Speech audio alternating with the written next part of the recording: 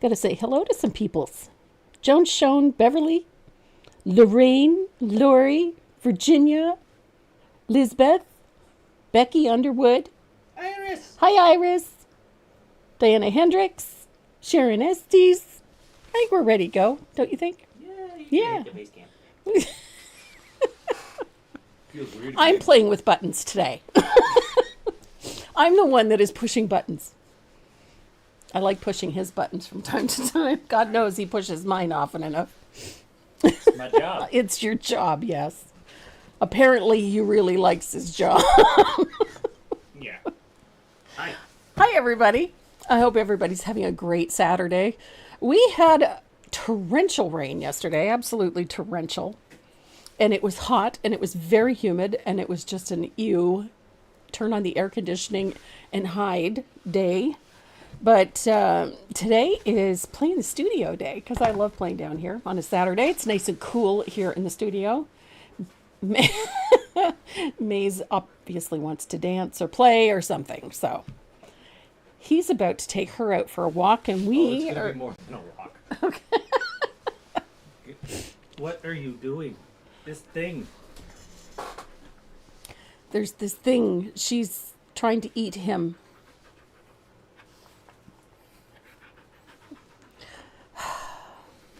There's Miss Maze. I did say hello to a few people already this morning, but Lois Ann Pritchard and Kathy Huff and Deanna Swindlehurst, hello. I had a son that likes to push buttons as well. Oh, yeah. I think it's in their blood. Okay, I guess you wanted to be picked up. Oh. Bop. Okay, take her outside. Let's go.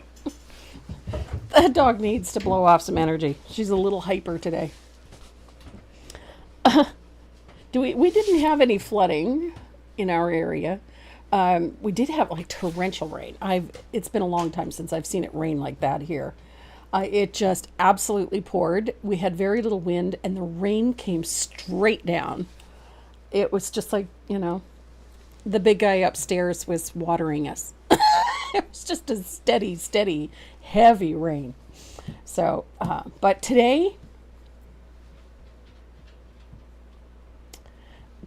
oh, I just saw something about the Fredericton Art Gallery. Today it's absolutely beautiful. It's about 25 degrees. The humidity is nice. It's a gorgeous day. So I'm going to enjoy that. We're going to be putting ribs on the smoker this afternoon for supper. Yes, Myrnie, absolutely. Who's taking who on that walk? It's more like Renee goes for a drag. Yeah. She's busy when she walks, and she walks with a purpose because she doesn't go anywhere at a slow pace. Today we're going to be painting a Christmas piece called Be Merry. This one is unique, more because of the surface. I found this to be such a cool surface. This one is framed piece. It's small. It's not a huge piece, but it's very cleverly made. My pal Deb at paintingwithdeb.com did this, and I just loved this surface for a couple of reasons. One, versatility. You could do so much with this frame. You can decorate the outside, you can decorate the inside. The frame also comes with interchangeable panels, so you can change out the panels, paint both sides of one panel, or do separate panels. What I really like is the back of this piece. You see this little wedge down here? When you push on that, you can pop your panel out. Super easy. So you can change them up and do whatever you like, and they fit in there nicely. It's not too tight, and it's not, it doesn't fall out simply. The other nice thing about this surface is that it comes with this little stand, which I thought was very clever. So I'm going to paint this one black to match the frame.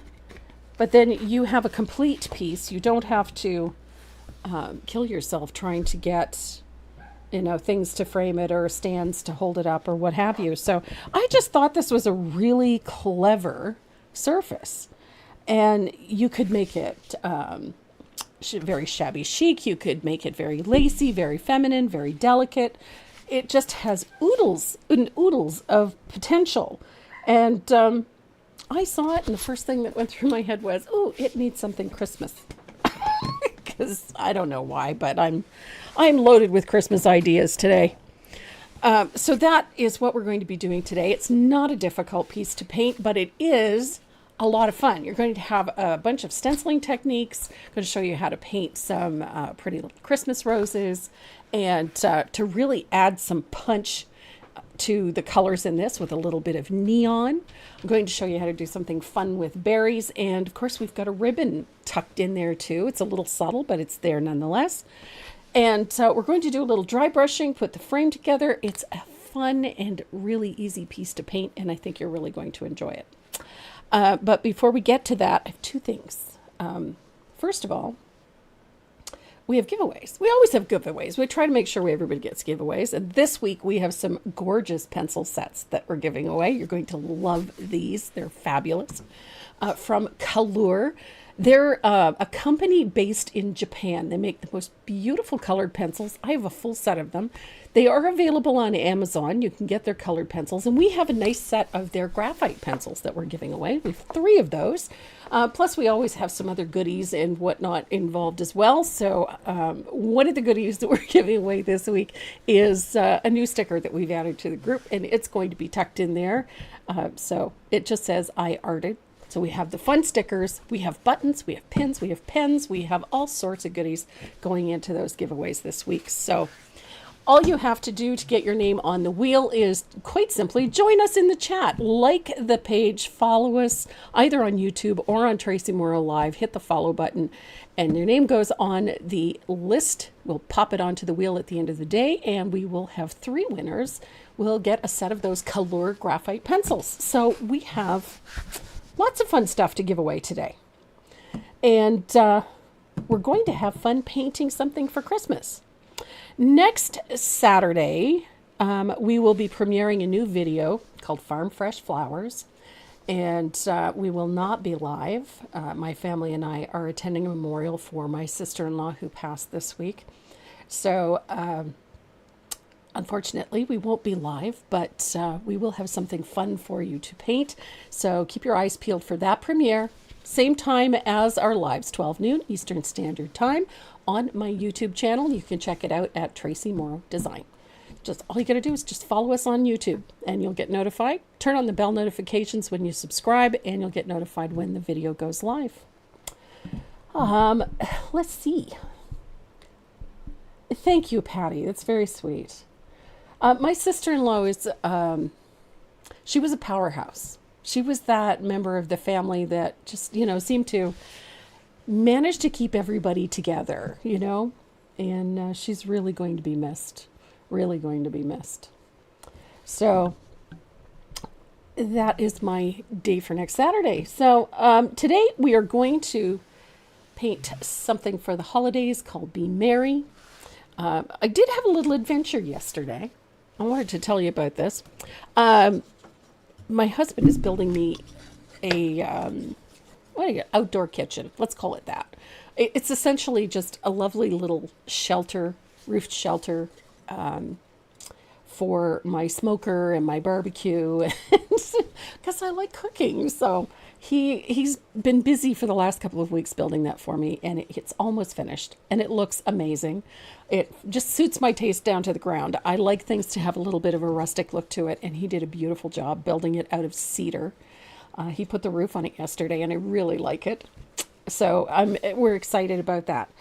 But in the process, he through a fellow enthusiast, found a lumber yard on the other side of the river in a place known as Devon. And the place is called Devon Lumber. And if you're in the Fredericton area or in New Brunswick or in the Maritimes and you're looking for a fun place to go for a couple of hours to go and check out some great craft surfaces and whatnot, Devon Lumber in Fredericton is absolutely fantastic. I had a field day there yesterday. One of the things we found, I found these great little whales. I'm going to make ornaments out of these. So I found some great little whales. I found some awesome little birdhouses and some Christmas trees and a whole bunch of other stuff. So if you're in the Fredericton area and you need to go look for some fun surfaces to play with, go and check out Devon Lumber in Fredericton, New Brunswick. I had a ball. Just saying. My husband bought lumber. I bought craft stuff. So, he had a trailer load. I had a great big bag full. So if you guys are ready to get started on Be Merry, so am I. Oh, my stars and garters. Our camera's a little busy today. So this is the insert for our piece. And this is roughly 6 by 6. The frames are 8 by 8. And I just love this. Comes in 2 pieces. You can see that it's scored, so it makes setting the frame very easy. You just line everything up, glue it on, and clamp it in place, and then you're ready to base coat the frame. Super simple, and they're so freaking cute when they're done. So they, like I said, they apply themselves very, very nicely to a variety of styles. I think because of this scalloped frame, you can do such unique things with it. I see this painted to look like lace. I think that would be so pretty, and then something really elegant in the middle. Something very shabby chic. I think it would just be such a fun surface for so many different things.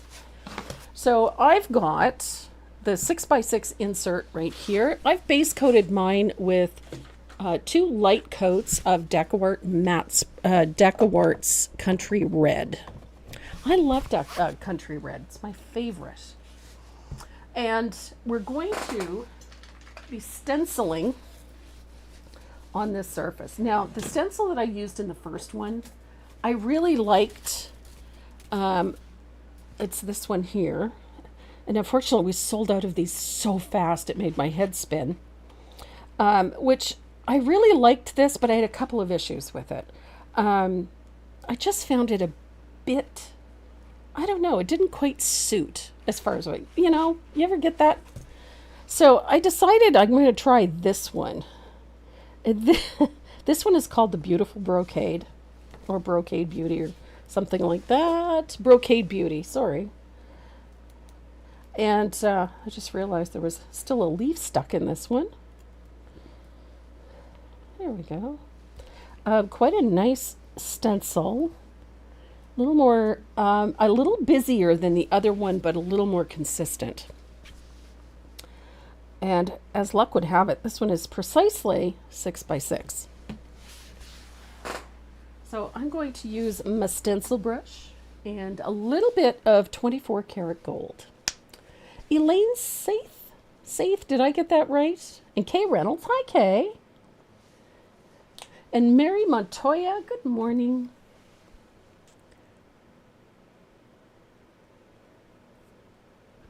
Good heavens, there's Janet Roach. Kathy, my sister-in-law, was an absolutely spectacular woman. She was salt of the earth. She was that person that looked out for everybody, took care of family. She was just that person. Big heart, kind soul. She was lovely. And we miss her already. So I'm putting just a very light application of 24 karat gold. I don't want this to be super brassy, if you know what I mean. So I'm just putting a light application of that gold on here. I love gold on red. I just don't like it to be too over the top. So I have a tendency to mute it down a little. So when I'm doing anything with gold, it tends to get subdued a little bit. There we go, look at that. I rather like that.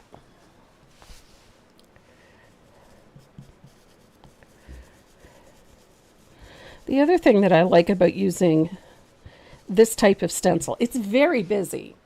That's okay. I found the other one was busy as well, but it just, I think too many designs in it.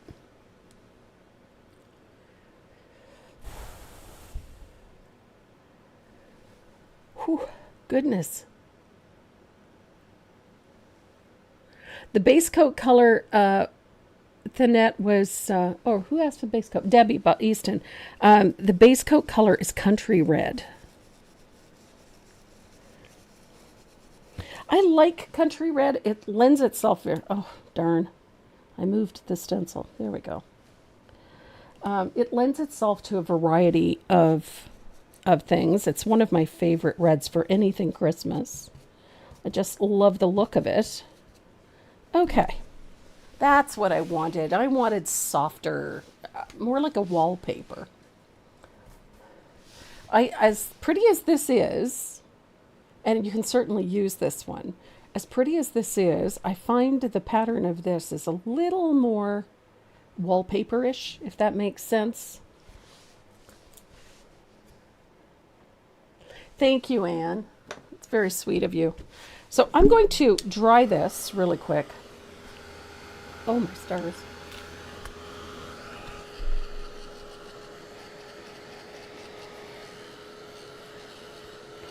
Here we go.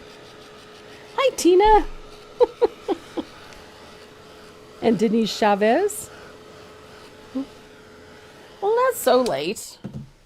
So I've got my gold on there. Look how pretty that is just by itself. A shimmering gold pattern. It's very elegant looking. I'm going to use my sander.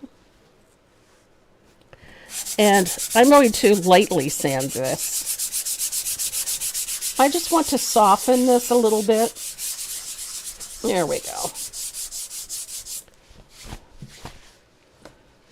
All it does really is just sort of softens that gold a little. Doesn't have to be distressed or anything, but I didn't want this to be fully opaque. I kind of wanted that, you know, this type of thing, these flaws and whatnot. I just love the elegance of this. So I'm going to grab a little bit of soft black. I love soft black, especially on red. Now I'm going to use a piece of either shop towel or paper towel. Either one will work for this. I'm going to take my brush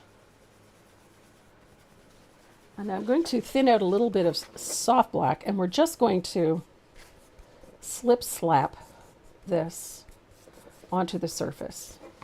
Just a little thinned soft black.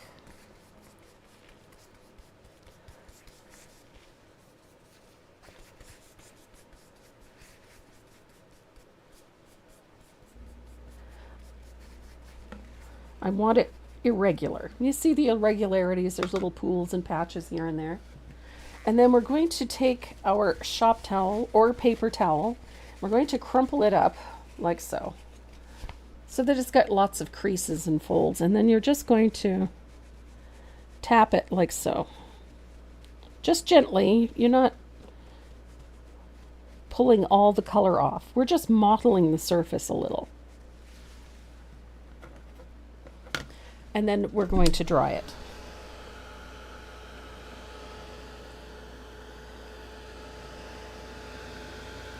And it's going to create sort of a warm, aged look. Just make sure it's dry before you do the next step.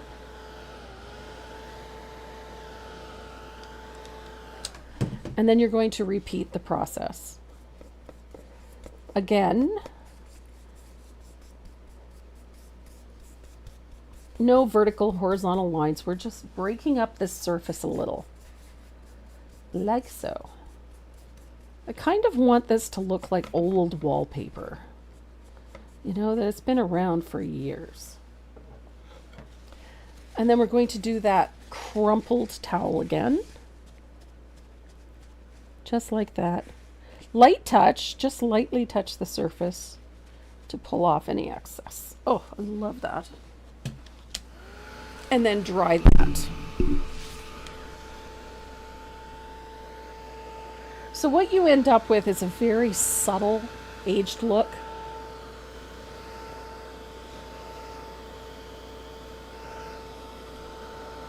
The frames, I have them on my website. If you need them in the US, they are available on my website. And if you're in Canada, you can order them from Deb at paintingwithdeb.com.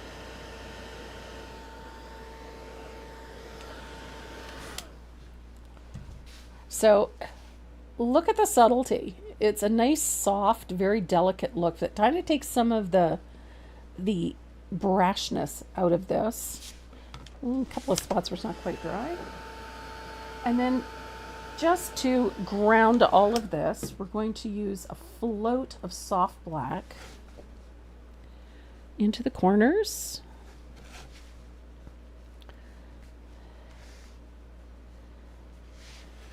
Just going to age the edges a little bit.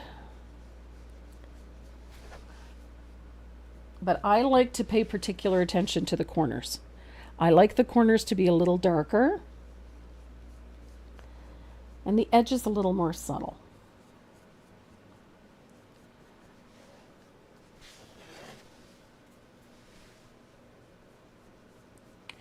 And this just gives the whole thing a little more depth.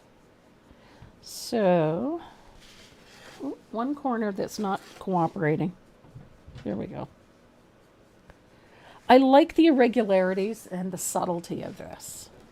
And as I said, I like the other stencil, but I find this one, I just really love the elegance of this much more. The other one had more of a mixed media look to it. This one, I find is a little more elegant. But either one works. So if you have this stencil, by all means, use it.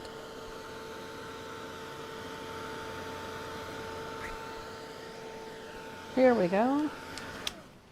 So there is our insert. That little bit of soft black tones that gold so it's not quite so brassy. And then that little bit of a float around the outside edge just gives this whole thing a bit more depth. So quite a pretty and elegant looking piece. I love that blotting technique. It just makes everything look so much more subtle. Nice and warm, very elegant. Wouldn't that be pretty on a dining room wall? I just realized I didn't print my line drawing.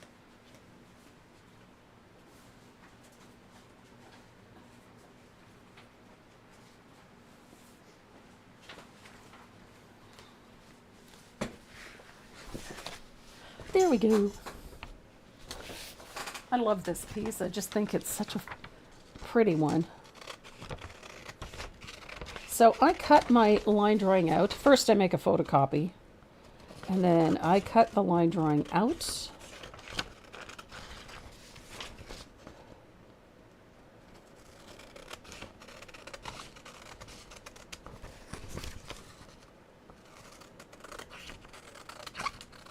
Like so.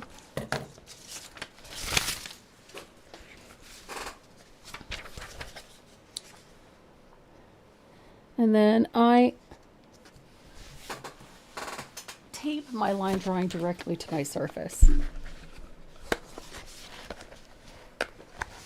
The surface kit, yes, it is there.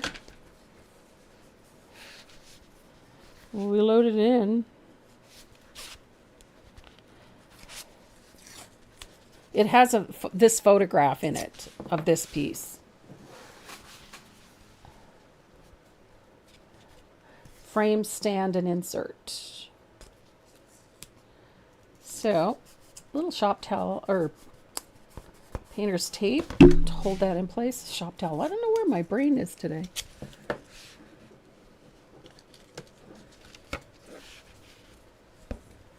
Surfaces. And Here we go. Now by taping it in place,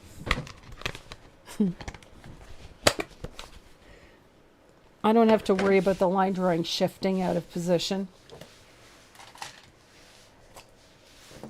I'm going to use a little bit of white graphite.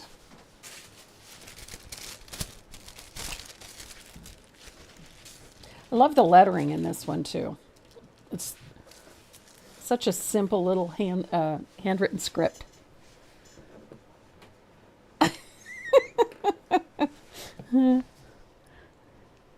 So I'm tracing this using a medium pressure. I'm not pressing too hard. I don't want to indent the paint, so just a medium pressure will do quite nicely.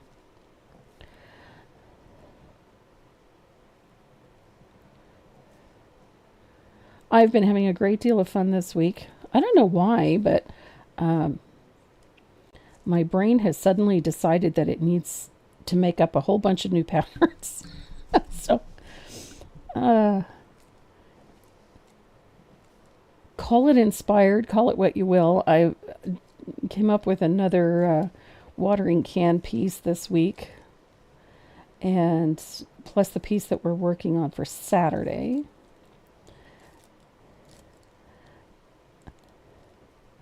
And I'm also working on my membership groups piece for August. They'll be pleased. We're going to be doing something on fabric. I don't often do anything on fabric. I'm not a big fan of fabric painting. But every once in a while, I will have a brainstorm. And I had one. So we're going to be working on fabric.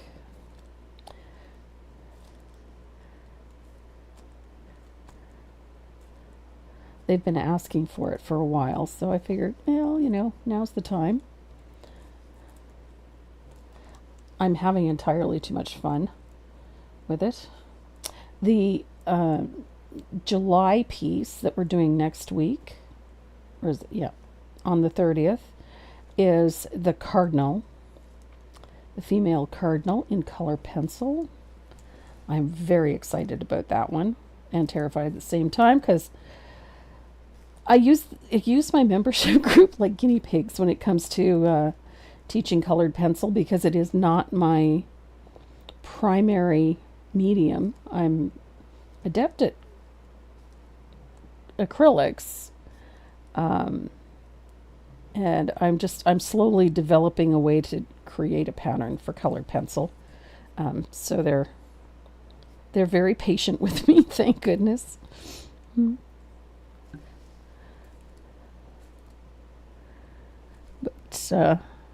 I'm looking forward to the cardinal.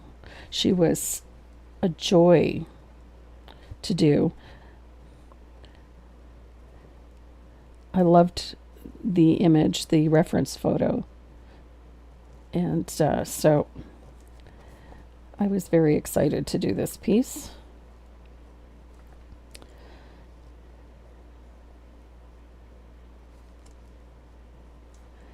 So, oh goodness, this one is actually tracing much easier today than it did the other day.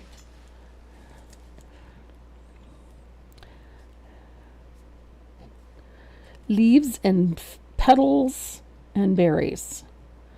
I love the berries in this one. The berries positively glow in this one.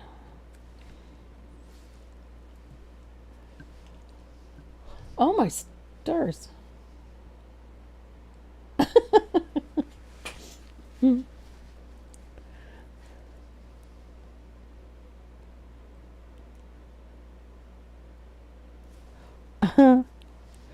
Somebody had grandbabies.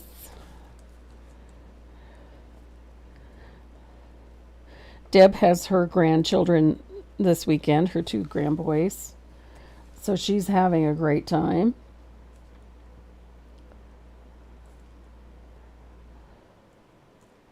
So I'm just going to finish tracing these berries. If you have trouble keeping round things round, try using I don't know, a circle maker or a stencil to trace these berries. Just make sure that they stay round. Nothing worse when your berries end up egg-shaped. So almost there. And just quickly check to make sure I've got everything. I think so. So the lettering, it is a simple one, and we're going to be using a paint pen to do the lettering. But we still have a few lettering rules to follow when we're doing that, so we will talk about that too. I'm quite in love with this handwritten script. I just think it looks very pretty. It works very well for a number of things. Okay, so I think I got everything. Maybe not. Okay, let's check.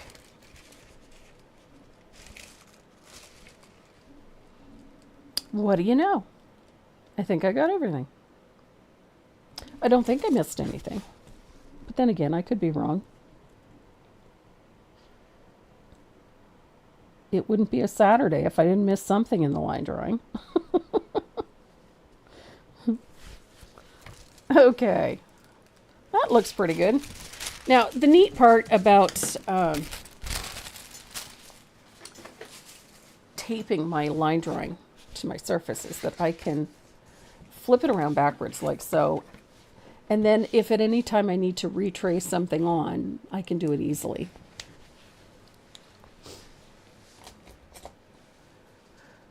So I still have a little bit of soft black on my palette. I'm going to find a nice little angled shader.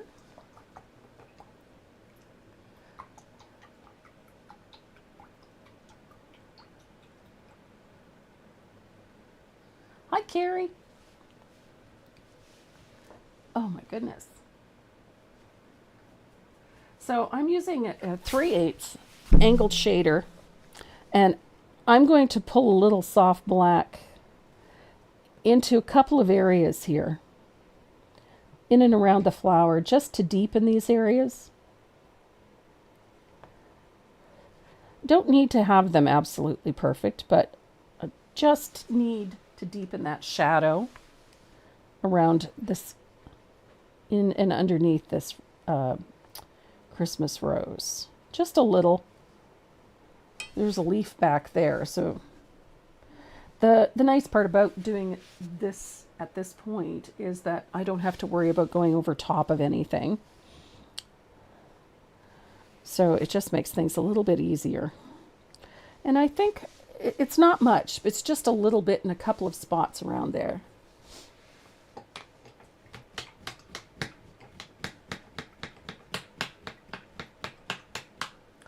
Hi, Lisa. Hey, Lori. You're at a music festival and you still checked in. Decor Media Fluid Acrylics. I received a gift of golden fluid acrylics. Are they usable together? Yes, they are. Absolutely. They're perfectly compatible.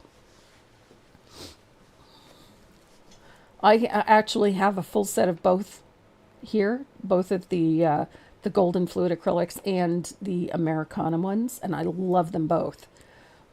And I use them all together.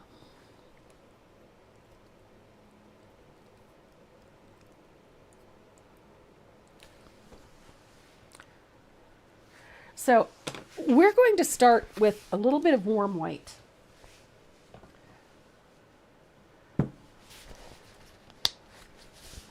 I like to get these flowers in. Hi, Lisa. So we're going to use a little bit of warm white. And I'm going to scare up a nice little round brush. You can use a round, you can use a filbert. If you're more comfortable with a filbert, by all means, use that. I'm going to be using a small round, and I'm using a number 3. This one is a black silver. And Rosalind. Hi, Tina. Hi, Wendy. What was the number on the stencil I'm using? It is TM1307 is the number in the stencil. So I'm going to use a little bit of my Joe Sonia and a little bit of warm white. I'm going to thin it out. I don't want this fully opaque, but I do want it to cover reasonably well. And I'm going to start at the edge of the petal and pull back towards the center. As I said, I don't want this fully opaque. If you're going to get brush marks, that's okay. Just pull them back towards the center.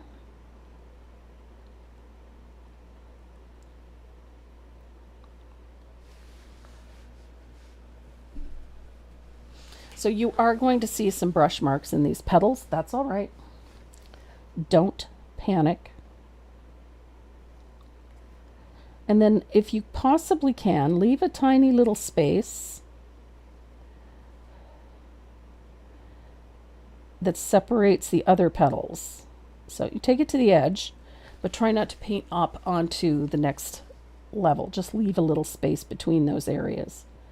It'll just make your life a little bit easier a little later on. Like that. I am not painting the turnovers just yet.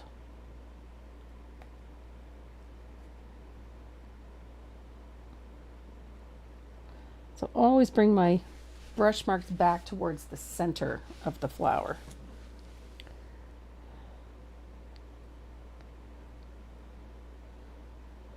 And there is a method to my madness. We're going to use those brush marks to our benefit. So if you have any, great. And if you don't, that's okay too. But we're just going to utilize them to our benefit. So if you get them, don't worry about them.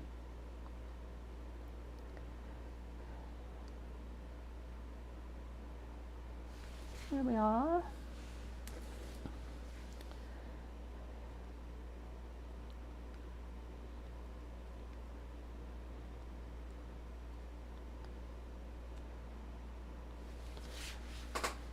So as you can see, not perfect, don't have to be. And then we have another flower here.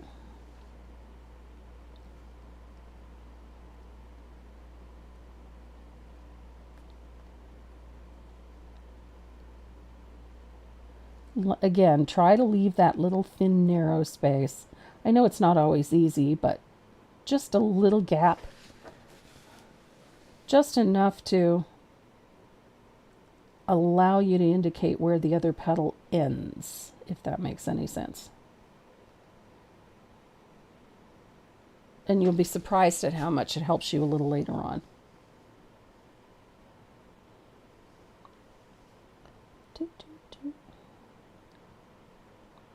There we go. So we have our 3 roses already base coated.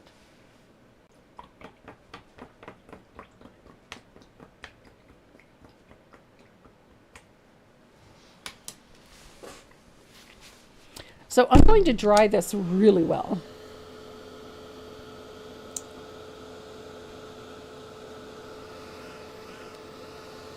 Oh, Cheryl, I'm glad that you're feeling better.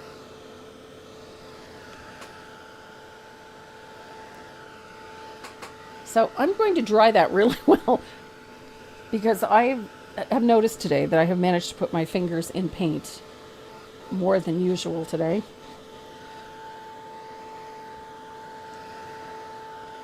So now that it's dry, I'm going to come back in with a little bit of warm white. And I'm just going to sort of stipple that center in. And again, I'm leaving a small space. I just want the texture around that center.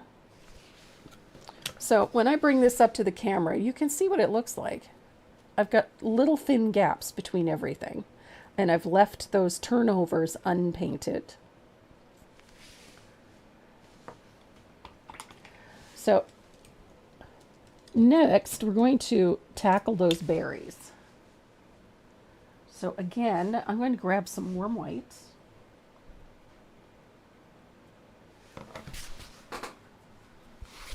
And we're going to base coat these berries with just one coat of warm white. Because we're working on a darker red background, we want the red to really pop off of the red of these berries. So I'm putting a layer of white down to give them a good base so that they're not overly affected by the color underneath. So we'll just pop those berries in real quick. One coat is all it really needs. Don't overthink it.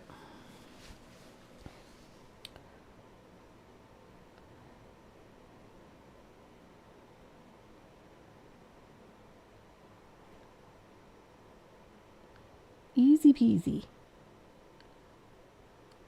This little bit of prep makes a world of difference. Taking the time to lay out a little bit of that warm white on top of things will give you much brighter colors. If you don't want to use up warm white, or if it's a color that's difficult for you to get, a little bit of gesso will do the same thing. You can just thin out a little gesso for this. Will work just fine. Warm white is one of those colors. Some places have it and it's easy to get, and others do not. For me, I have to hunt all over Hell's Half Acre trying to find it. Because although our Michael store does stock it, it is one of those colors that disappears very quickly. So I have to hit up my local dollar stores. We have two that carry a full line of Americana colors, so I usually go in and clean them out of warm white. So here we go. There's our berries. Hi, Bonnie. And Janine, hello. And Carol Colbert, hello.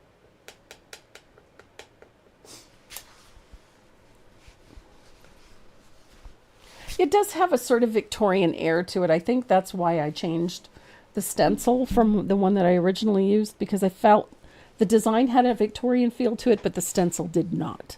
And so, although I still like it, I think that this one lends a much better look to it. Ooh, Lori, that would be so pretty on a 12 by 12. What a great idea. Double the size and have at her. Twould be gorgeous. Yeah, warm. I very rarely use titanium white. I use it usually for highlighting white, but I'm not a big fan of titanium white. I find it very cold, and I don't do cold. So while I have that, I'm going to grab some country red.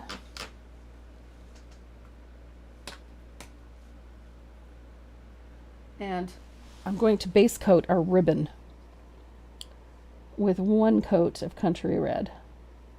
Now, I didn't want this to come screaming out at me, so I did not go over it with white, but you certainly can.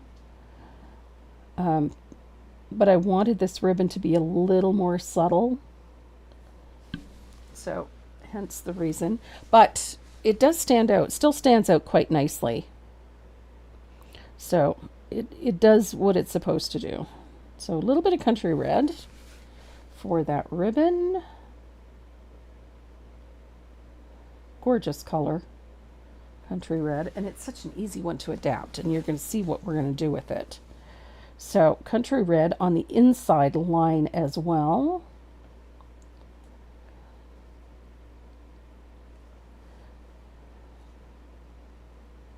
Here we are. So it's not a ton. There's a little bit. Oops. So one coat is sufficient because we're going to go over this with some other colors too. So Here we are. So we've got that ribbon in. So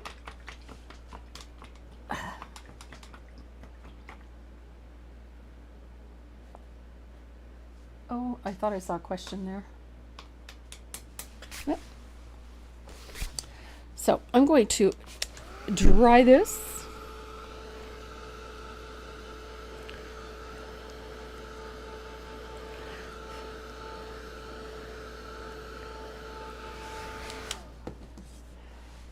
Now, I'm all about, you've got to have your immediate gratification. So I'm going to use a little bit of tea berry. Now, Decor put this color out as well. This is Coral Buzz. So pretty. Karen, if I need warm white, I add a little bit of buttermilk to it. If I need to make a little bit of warm white, I take titanium white and I add a little bit of buttermilk to it. So if you don't have tea berry, but you do have Coral Buzz, it will work. So this is Coral Buzz over top of that white, and it's one coat. Gives you a really nice bright corally tone. And then tea berry is very close, but it's about a value darker. It's just like a little bit darker. I find that Coral Buzz is almost a neon.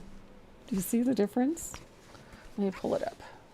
So that's the difference, but that Coral Buzz is almost neon-like. So you could use either or. Honestly, I don't think it would make a dramatic difference one way or the other.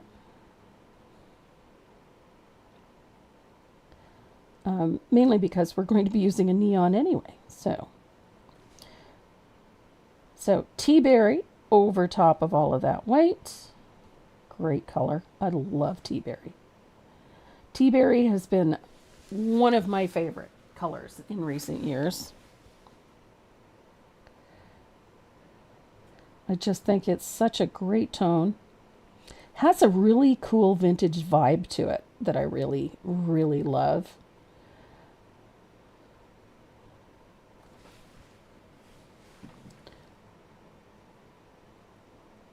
And it lends itself so beautifully to this type of design work. Not to mention the fact that it really plays nicely with country red. It plays nicely with a lot of reds. Oh my goodness. Kelly, you're coming in late from Boy It's Hot Out in North Carolina. Oh my.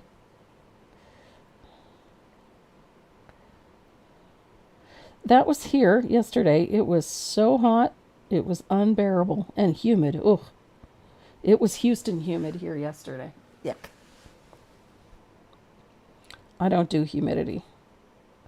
When it's that humid, I hide. I don't like humidity at all. So there we go. I've got all my berries base coated. That little bit of white just keeps them from disappearing into that dark red.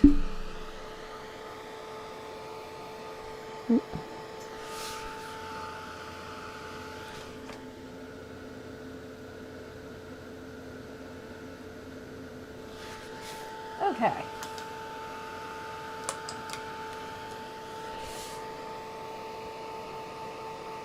Hot and humid. Ugh. Yeah, I call it Houston humid. I remember the first time I visited Houston, Texas was in May or June.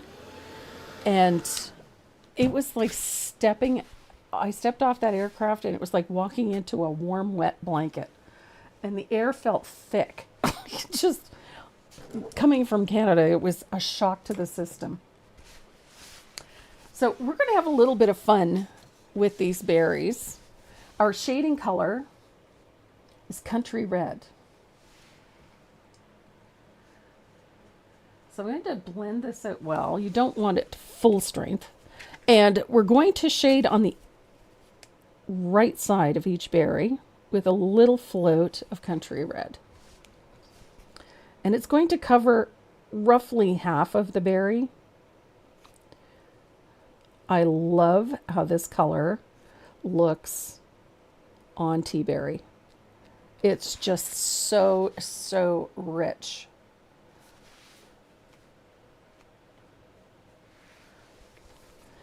So, shade on the right, nice little float of country red. The other benefit is that if the float goes off of the berry, it kind of blends with the background.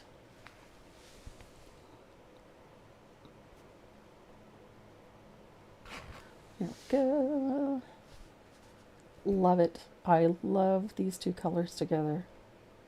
Gives it a nice rich look. Nice rich tone.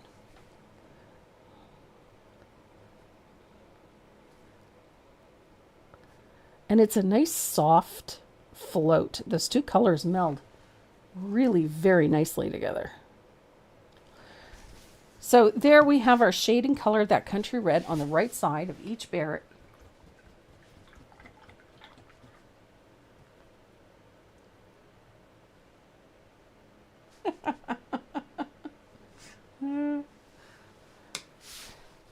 Now, we're going to put a highlight on, and this part is really fun because we're going to use this. I find it gives the berries a really nice glow. So I'm going to use a little bit of this. This is called Torrid Orange.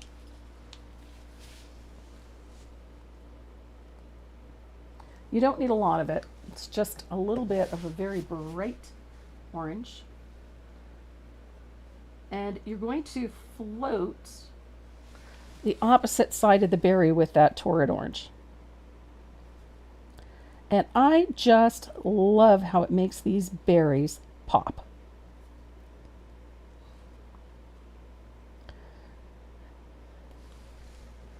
So these berries just suddenly go from being this to that.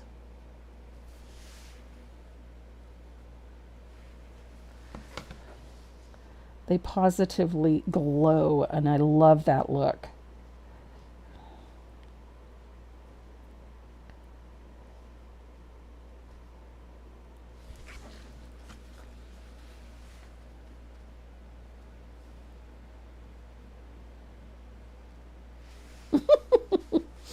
Karen, you sound very comfortable, Karen Marburg.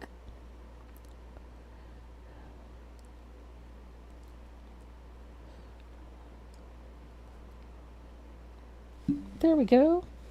Oh, I just love how that looks. So we've got this really nice oomph going. Love the oomph. We're going to take a little dot of warm white, and we're going to apply that to the upper left, just in from the edge slightly on each berry.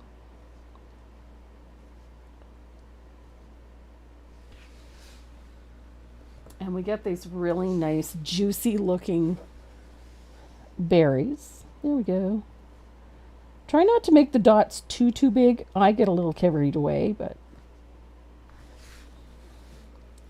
it is a highlight after all, not an eyeball.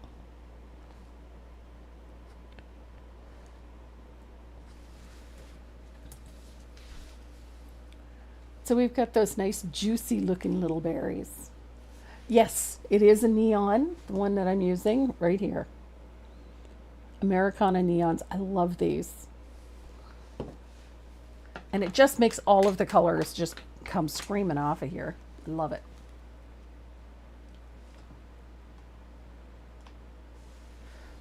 So I'm going to dry that really well.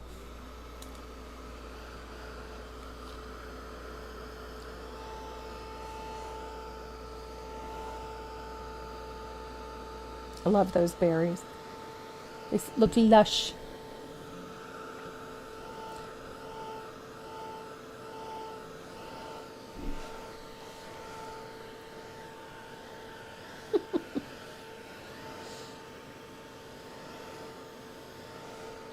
There we go.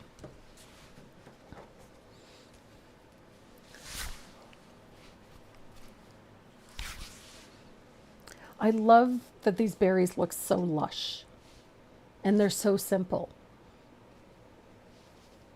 To get that, I love the brightness of it. Having that white undercoat makes such a difference. So our next step for this piece is that ribbon. And because we've got a little tea berry out, we're going to put a little highlight of tea berry on that ribbon. And that highlight is going to go right here. You're going to walk it down a little bit. We want to come about a third of the way. So little highlight right there. And then over here, going to do the same thing on the edge of the ribbon right there. Little bit of tea berry. And on the inside edge right here, we just need a little highlight right there. Just on that upper edge, that's all we need right there. And then a little bit over here. We don't need a ton, just a little bit.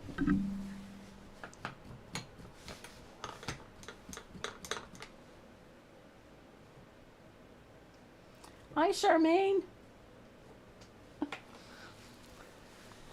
So we've got a little bit of that soft black out. We're going to deepen our ribbon with a float of soft black on the inside portion of that curve. We're going to give a nice little float, like so.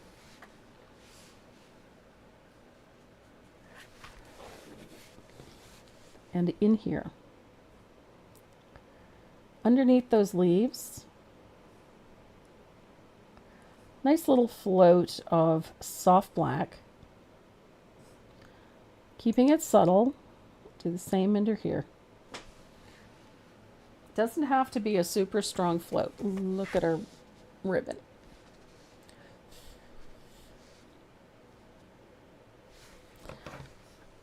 And I'm doing the same thing on the inside of this curve here. Little float.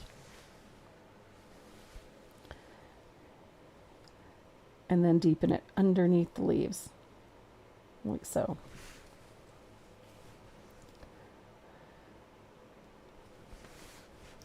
And on the outside of that curve.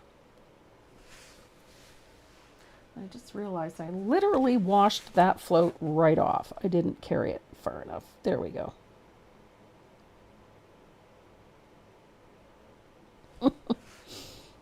There we go. Doo-doo. All right. So we have a ribbon. Not too bad.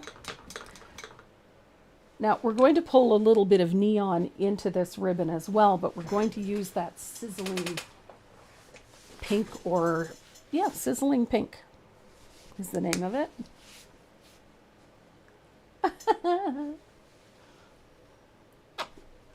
So we've got a little bit of sizzling pink on the palette, and this is our highlight color for this ribbon.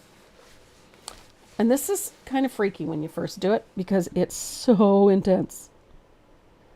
So there is our highlight. Look at that. It just comes screaming off of there. And then I'm going to remember where we put the tea berry. I'm going to put a little bit of that neon pink there as well. And then a little bit on the edge of our ribbon.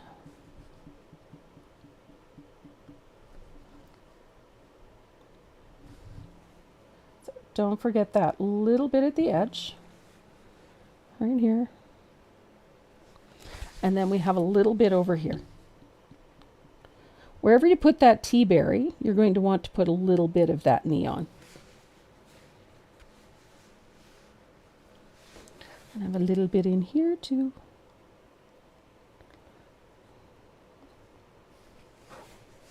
There we go.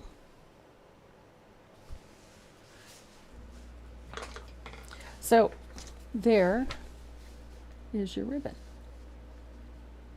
So it is subtle. It's just another thing that's in back of that floral. It is subtle, but it needs to be there. So I'm going to dry this. And then we're going to do a little bit of work on some leaves. Now, I kept these leaves very simple.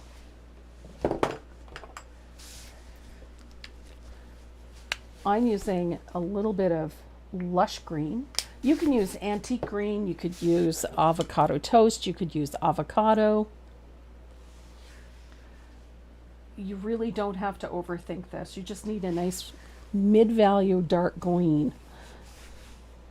And I'm a huge fan of this lush green or avocado green. I just love this tone.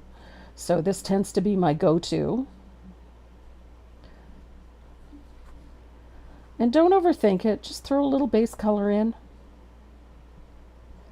Again, if you can, leave a small gap between those leaves wherever there's an overlap. Just leave a little space so that you have the ability to go in and put your shadows in accurately. And you don't have to retrace line drawings or anything like that. And you may notice I very rarely do more than one coat for my base color. Very rarely do I do more, unless it is terribly transparent. Primarily because I use so many different colors over top of everything that putting 4 coats of color on something is pretty much redundant. So that's why I prefer use a generous base coat, follow the shape of whatever it is you're painting. That way any brush marks that you get in your base coat become part of the piece and you don't have to work against them.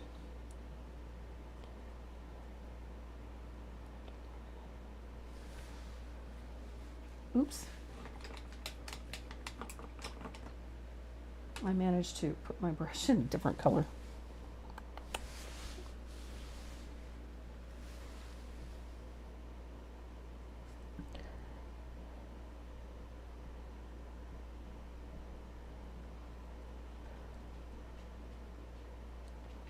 Lush green actually covers quite well, and it is a great holly color, I've found, because you can play with it a little bit, quite a bit.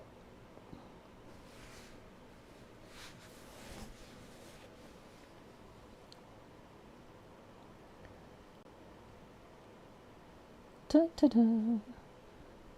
Great tone.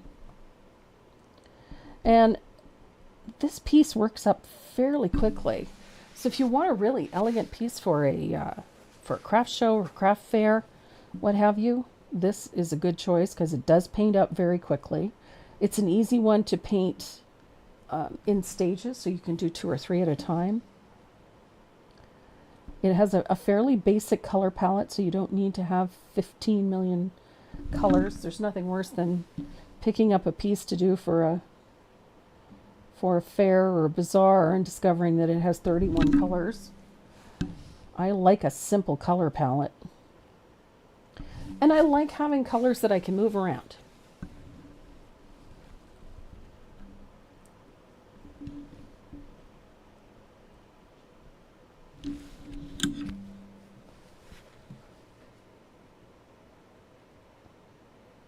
There we go. Almost there. I did put an awful lot of holly leaves in this one, but I wanted it to look a little bushy, like a bouquet, so to speak. A little bit. Those Christmas roses are so pretty.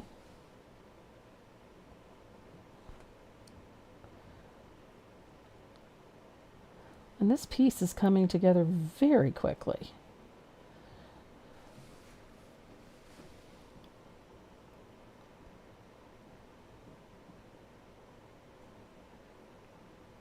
The piece for next Saturday is called Farm Fresh Flowers. And it's got some late summer flowers in it. We've got some brown-eyed Susans and some daisies. And we've got some raspberries or blackberries, whatever you want to. And some nice crockery, a little crockery bowl. Just a subject matter that I really like. One of my favorite pieces from last year was Farm Fresh Berries. And it had this great little crockery bowl in it that I really loved. So I expanded on that a little bit for this one. And I loved the raspberries in the other one, but I think these ones are going to be blackberries. I just love the color palette, and paid a little more attention to the lettering in this one, but love it nonetheless. And I love the color palette. And did something a little bit different for the background. Previously I'd used stencils. This time around I didn't. Decided to go with a wood look, so we have a nice barnwood, like shiplap type look in the background. So it's going to be a fun piece to do. Now we have a stem here for this rose. And then we have a leaf tucked in back here that is going to be pretty straightforward. It's not going to have a lot of detail, but it's going to be there. There we are. So we've got all of our leaves base coated. Yay, Brenda! You became a member. Thank you. So depending on the tier that you chose, if you chose the videos one, you'll have oodles of video to watch because you'll have access to all of the live classes that we've done. You'll have access to all of the video from the previous live classes. If you've chosen the full membership, I will make sure that you have access to the download pages on my website so that you can download whatever materials you want or need, including your patterns and line drawings for the mini makes and for the live class every month. And what else? And Linda will help you locate the coupon codes and the other information. That is on the Facebook group. You can go to the Tracy Morrow YT membership, paid membership group on Facebook, and or we can send you an invite. And from there, you'll be able to access the weekly lives and a whole bunch of other fun stuff. So we have way too much fun in this group, and it's a great bunch of ladies and gentlemen. They're absolutely fantastic. So our leaves are base coated, and we're ready to start adding some details. You guys have watched me paint leaves a million times before. And I don't deviate a whole lot. I'm using a little bit of black green. I use plantation pine and black green. Those are my two major shading colors when it comes to leaves. The only time I deviate from that is for things like mistletoe or eucalyptus. That's about the only time I change that. So we're going to shade the base of these leaves with a float of black green, just like that. So it's like a U-shaped float down at the base, close to the flowers, or close to where the stem joins the leaves. Now this little one in the back here is going to get a lot more of that black.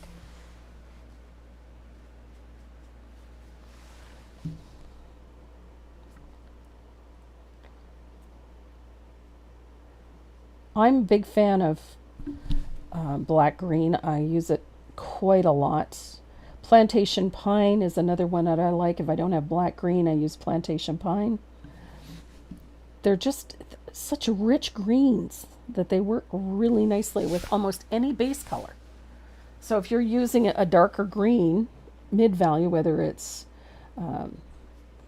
lush green or antique green or avocado, any one of them in that tonal range, black, green, or plantation pine is going to work. I just love this color. Not to I like the drama of it too. I like that contrast, that sharp, vibrant contrast. So black green works for me. It makes for really nice shadows. So as you can see, I'm just putting the color right at the base of the leaf where it joins the stem. And I'm doing that to all of our leaves. Just like that. And that shadow's usually about 1/3 to 1/4 of the way.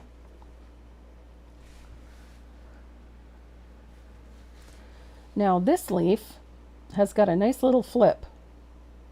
So we're going to shade all the way around that flip and up underneath the flowers, like so. So this one's going to be a little darker inside that area. And then there is one underneath it that we're going to shade to. There we go. Go for the drama, it's okay. If you think it's going to be too dark, it probably isn't. So now we've got that base done in.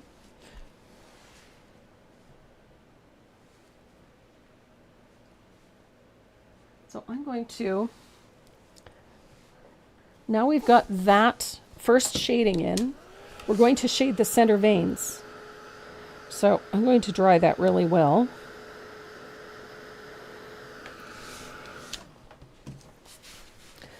And we're going to start shading down the center vein towards the tip of the leaf with a float of that black green or plantation pine.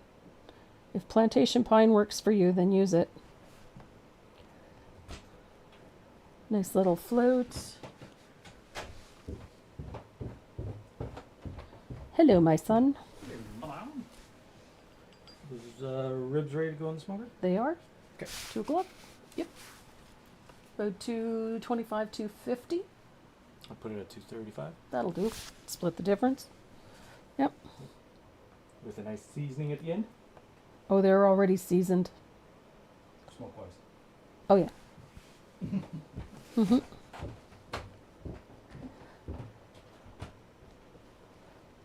So we're doing ribs for dinner tonight. So they're going on the smoker now, and they should be ready in about 4 hours.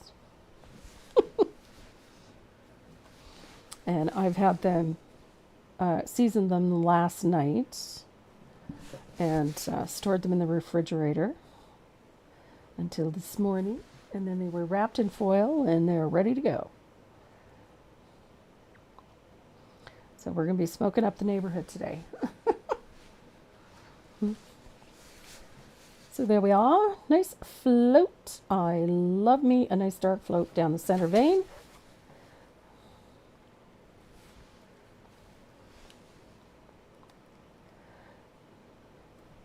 That shadow always seems to me gives so much more movement to things. When you look at leaves without that shading down the center vein, they tend to look a little bit flat. So I love having that, the multi-direction of it. It just gives the leaves so much motion. Am I working on canvas? No, actually I'm working on a little piece of MDF, but you could absolutely paint this on canvas without any issues whatsoever. If you haven't seen the surface, this is what it looks like. And it's a wood panel that sits into it and then just pops out of the frame like so. But you could absolutely do this on canvas. It would be very pretty. Carol, what's the side dishes? What are the side dishes? I don't know. I haven't decided yet. They're on there. Thank you. Left them wrapped. Yes, I hope so. I wrapped them for a purpose. Okay. Side dishes most likely will be potato salad. I'll make some potato salad when I am done here today. Maybe a German potato salad. Mmm. Karen's catching the next flight out. Well, I made lots of ribs, so. So we're going to add a highlight to these leaves. I'm going to use a little bit of margarita. And I like to bring my highlight out to the point of the leaf and then down the center vein like so. So that I have a nice bright highlight. And those points on the leaf below it get the same treatment. So highlight on that side, down the center vein. It's fairly loose. It's not a super clean float because I'm going to come back in with some neon.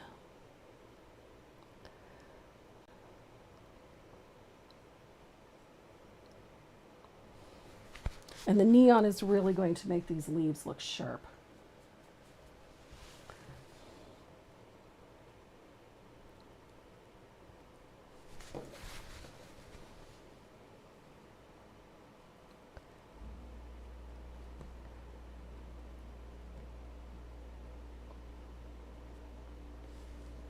Here we go. La, ta-da. I'm in summer mode. My husband has been building me a nice little outdoor kitchen to house my barbecue and my smokers. Yes, I said smokers. I have 2 of them. And a spot to do, some heavy duty canning, so I'm not doing it in the house. I prefer to, especially the pressure cooker one, I prefer to use those outdoors. When possible anyway. So I've got going to have a nice little sheltered space for that. He's just trying to figure out the countertop space. Just a small one, I don't need a big one. So he's figuring that out. Little shelving space on one side so I can set things down. But he's built it all out of cedar. I quite like it. It's not one of those big elaborate stone things that people have. It's just a simple one and just exactly what I wanted. So he's handy that way. So we have quite the outdoor thing going on this year. We put in a new deck. Actually a second deck, so the deck now has this lovely little step down, and it's all lighted all the way around. So it steps down onto a lower deck, and then there's a nice gazebo with we've got some nice new lawn furniture in there, and it looks really good.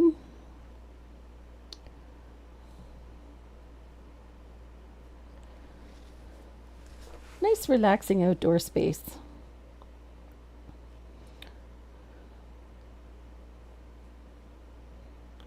It's a nice hard top gazebo. Okay, so I've got that highlight in.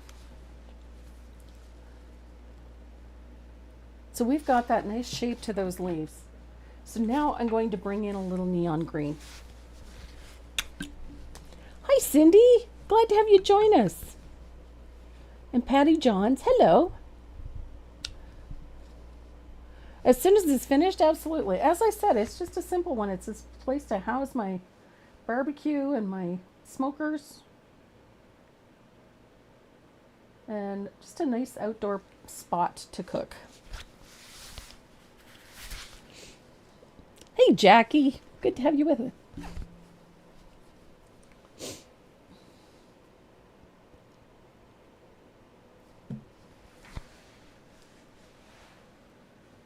So, a little bit of neon green. I love neons. I love the zing that it gives this. So, wherever that margarita is, we're going to put a little bit of that neon green. And I just love how this positively sings. I love this brilliant green.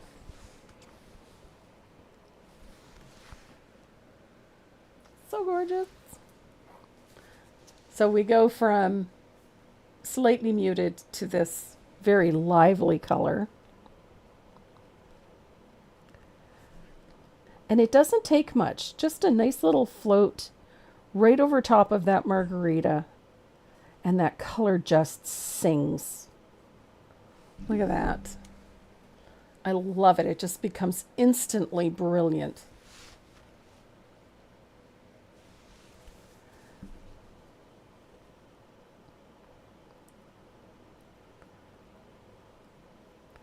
Absolutely gorgeous. That neon green, everybody assumes that it's just for, Halloween pieces or, children's pieces and whatnot. It has its place in this, in more elegant pieces as well. It just, the color makes other colors sing, like it did for those berries, just like it's doing for these leaves. So it's a good idea. Grab a couple, have them handy. Whenever you're looking at your piece and you think, leaves are looking a little meh, throw a little neon on. Whenever you want that vibrancy to pop up, throw in a little neon. Look at the difference.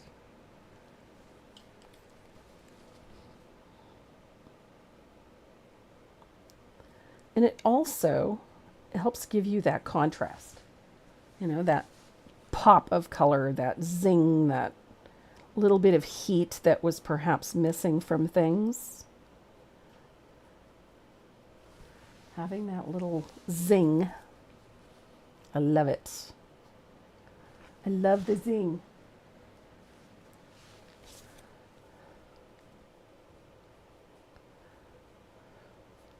And we're not done zinging yet. I'm going to zing some more here in a minute.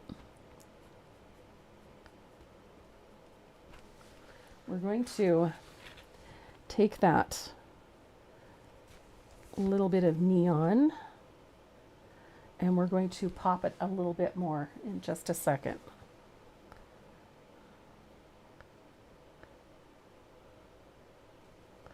Let's look at that.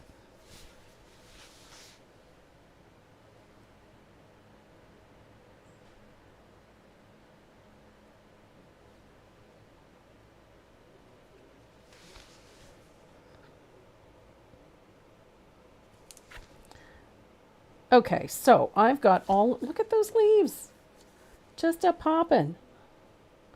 Now, you can always come back in and throw in a little more. If you find that it's, mutes a little bit as it dries, go ahead and put in a little bit more if you want it brighter. Go for it. Doesn't hurt a thing. Look at that. I love it. That one needed a little something, something. There we go. So gorgeous vibrancy. I absolutely love these. Hi, Patrick.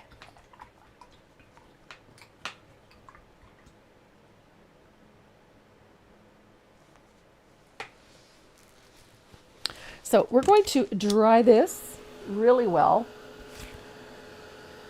And then we're going to make this just positively sing. So I'm picking up a little bit of that black green, and we're going to come back up to here. And I'm going to refloat down the center of those veins. Just a nice little float. that float makes a world of difference. All of a sudden those leaves have a lot more depth. And all you're doing is just deepening the float in one little area. It just sharpens the color, gives the leaves a bit more definition, but also where that highlight is opposite that shading becomes just a little bit brighter. So it gives you a lot of definition, really amps up that highlight. Now I've got a flip over on this leaf. I'm going to use a little bit of the base color, which is that lush green, and I'm going to bring in a little bit of neon. Just a little bit of that neon, and we're going to base coat that little flip.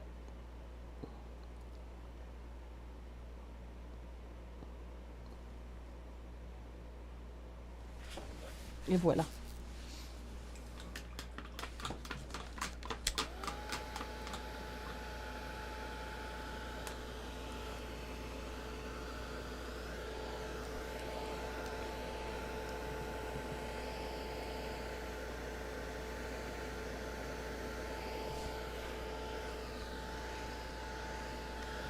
There we go. So we do have a bunch of little details to do to the leaves and to the berries, but we're going to focus on these flowers for the time being. Now in the center of our flower, we're going to use a little bit of baby duck.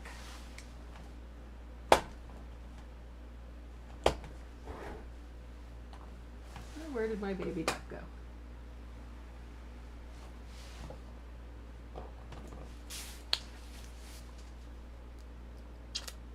Oh, goodness.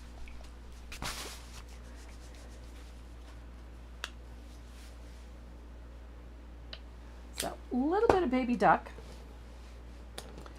And instead of just base coating it, I like to just sort of tap it in. I find it creates a little bit of texture, that it doesn't look just like a round circle. So I just tap it in, stipple it in, if you will, so that it has a little texture.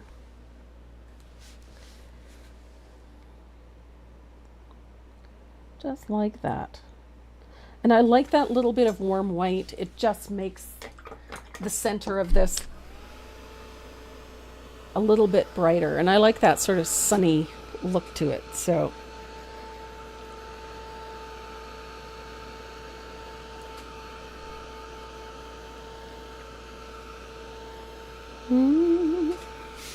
I'll make sure this is good and dry.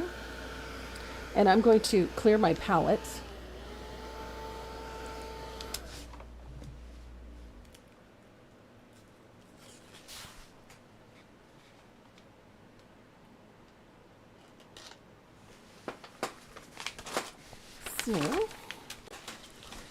So on my palette for the flowers is tea berry. And we're going to use a little bit of that neon orange. Just a little, don't need a lot of it on there, just a little drop. And we're going to use a little bit of titanium white. Just a little.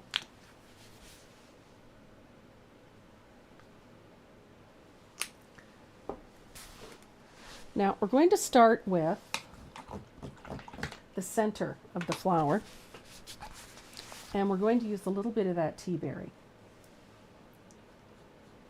Tea berry is our main color for this flower, but over top of yellow, tea berry has some interesting qualities. It turns to sort of a lush orange.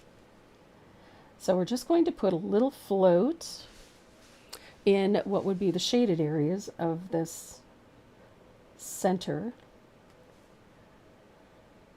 Yeah.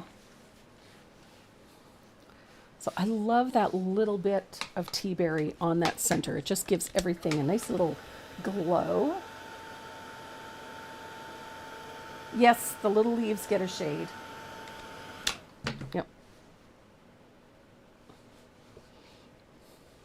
So now that we've got that little bit of tea berry on there and it's dry, I'm going to bring in a little bit of that neon orange and put it right over the tea berry. Just a little. And let it come up onto the yellow a little bit. It gives the center a nice little glow with very little effort.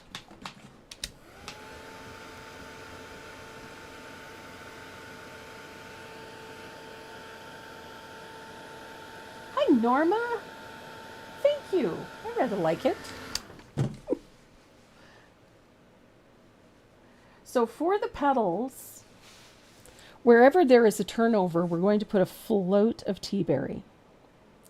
And it's heavily thinned. We're not using it full strength. Apparently I am.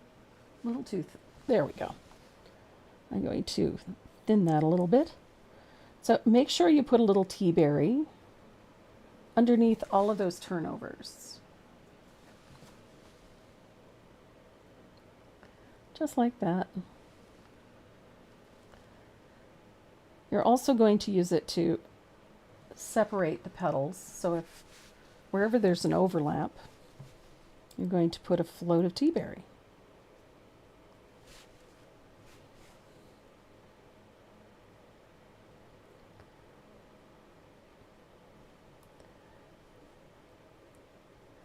And on the bottom of this one, this is a versatile color. It works very well for a lot of different things.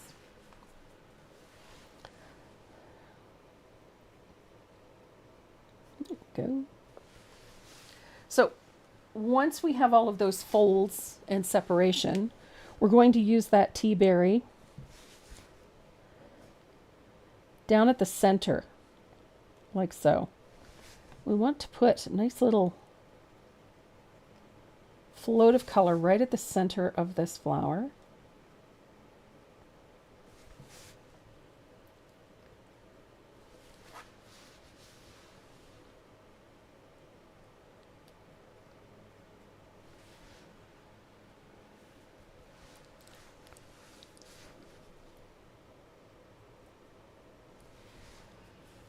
Easy peasy. This isn't a difficult piece to paint.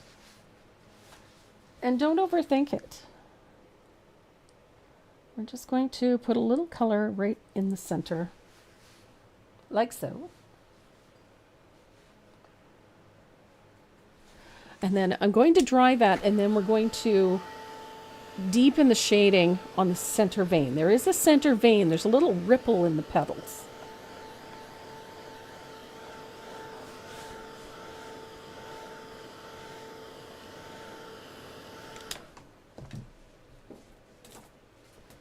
Yep, this one. This is the stencil I used, Patrick.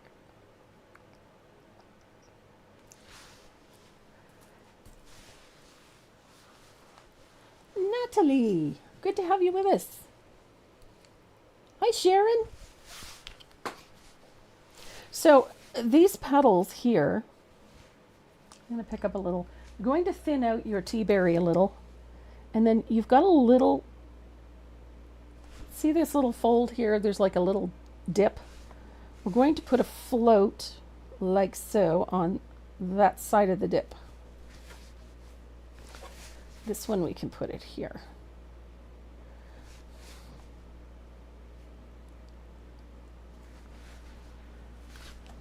Just so you can see.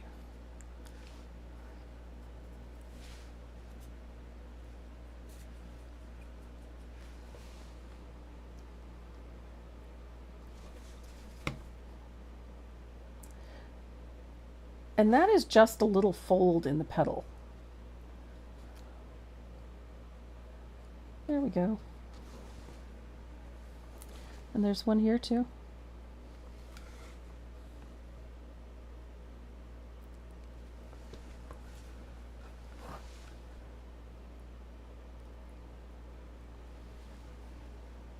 Now there's a little tip on this little petal right here. Let me bring it up right there.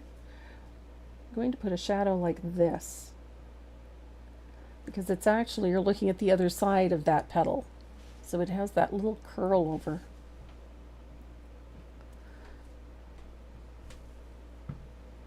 Okay. I'm liking where this is going. Happy end of July. Thanks, Nance.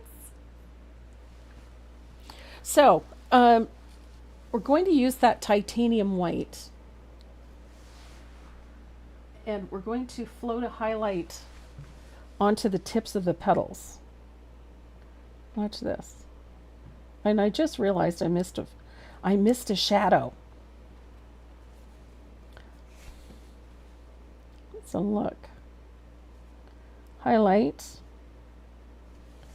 Don't forget, remember, we've got a little highlight right there. Doesn't have to go all the way to the bottom, but it should.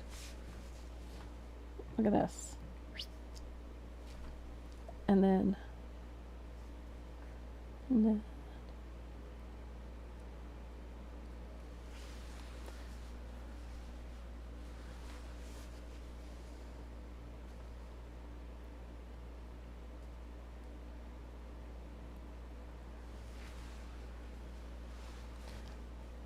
I'm a fan. I love flowers with a soft look. And using those thin layers of color very often give you a really nice texture to the petals so that they don't look thick and waxy. They look a little more delicate. So I missed a couple of spots here. I got to come back in. I forgot to shade in here. I got that one. And I missed this one. We've got a petal right here that needs that shadow as well on that center vein. There we go.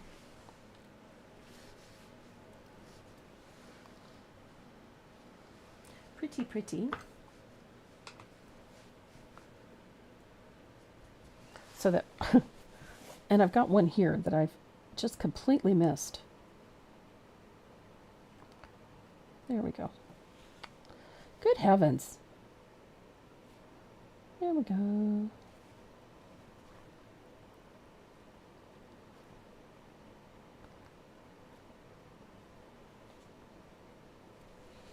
I think sometimes when you're doing this type of highlighting on things, we always figure that highlight's got to come all the way down, and it really doesn't. So when you're doing this, just take your time with it. It's more effective most often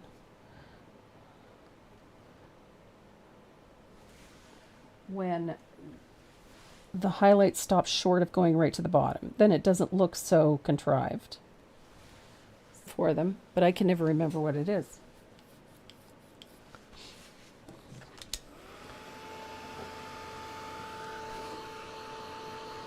So I'm going to mix a tiny bit of tea berry with warm white. We're going to make a very light, very, very light pink tone.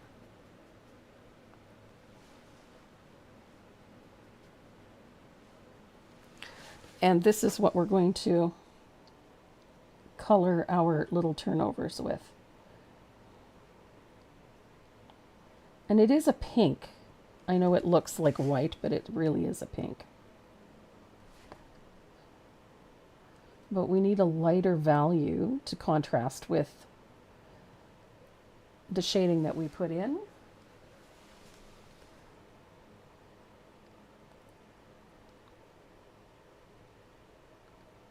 Yeah.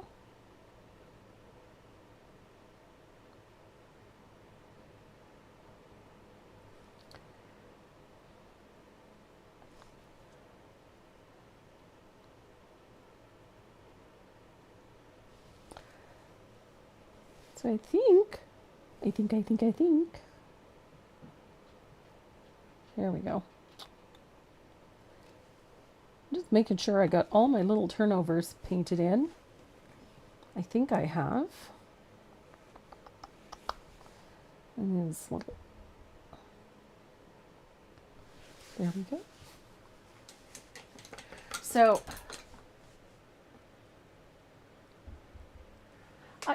you know what, Kathy? I'm a firm believer that going lighter on the base coats and following the shape of the petal makes a world of difference. It keeps the color lighter so that your flowers don't look quite so heavy. Yes, Thanet, called hellebore. I knew there was another name. For the life of me, couldn't remember what it was. But yes, they're hellebore.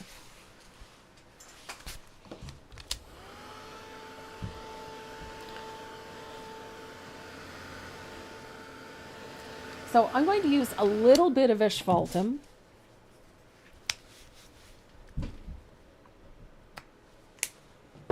And a little Jusonia. I'm going to thin this out quite drastically. And this is how I deepen or tone colors. So little float of asphaltum over top of that tea berry. It's just going to deepen the tone of some of that shading. It helps pop those highlights a little.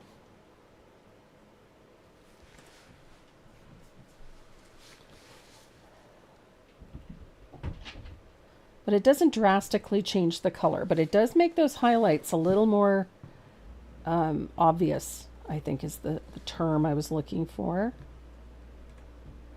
And I love that it keeps everything looking warm.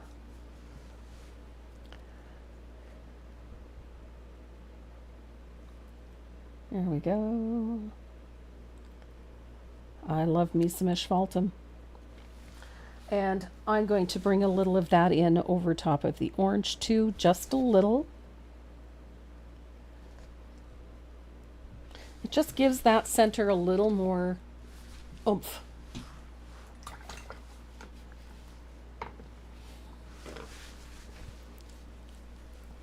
Now for the centers of the flowers, I'm going to use a little bit of warm white. And I'm just going to use a few little dots on the lightest part of the center. Just a little.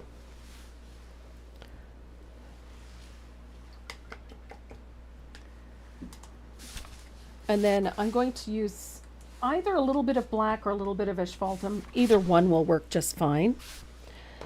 And around the center of the flower, I'm going to put sort of a staggered little cluster of dark circles around it, like this.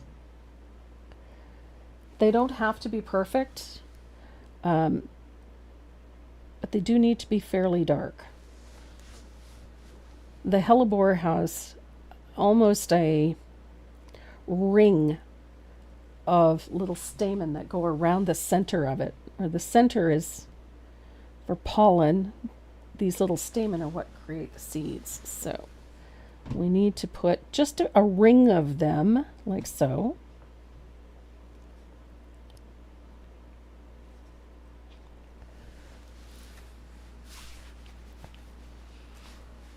And I'm going to dry that. And believe it or not, we're ready to start doing all of those little details. You wondered when the asphaltum was going to make an appearance. So I'm going to make sure that that is good and dry. And I'm going to grab my two gel pens. I've got a white one and a black one.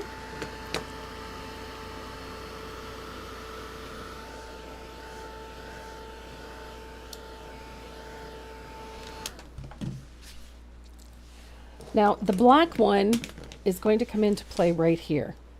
We're going to use the black to put just a series of little strokes like this from the center onto the petals. Nothing fancy, just short little textured strokes, nothing over the top. Okay. And then we're going to put a series of little hooks, rounded curved. These are the little stamen that would be holding up those little center pieces.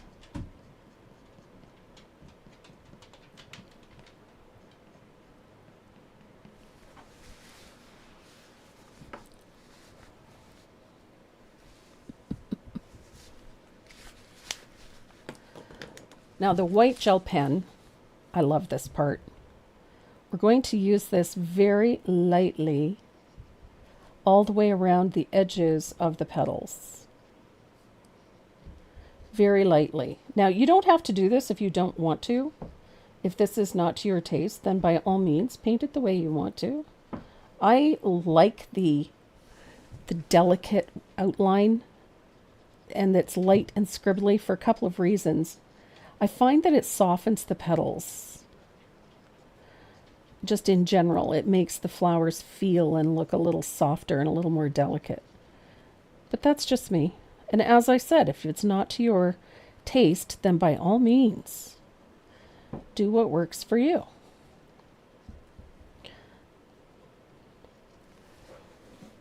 The instructions are only written on paper, not cut in stone.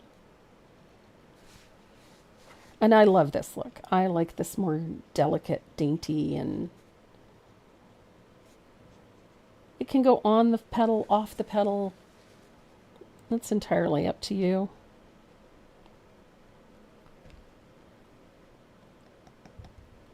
Don't forget, tap in a few little white dots in there too, just for highlight.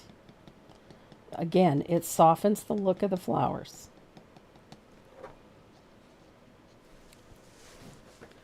Pretty, pretty.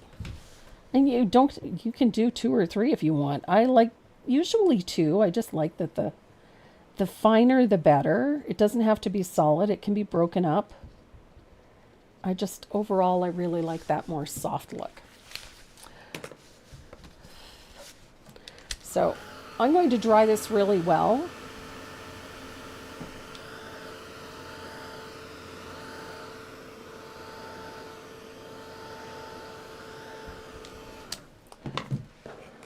And I need a little bit of black green because I have 2 leaves I have to finish. There we go. And I need a little bit of neon green because we have some details to finish up.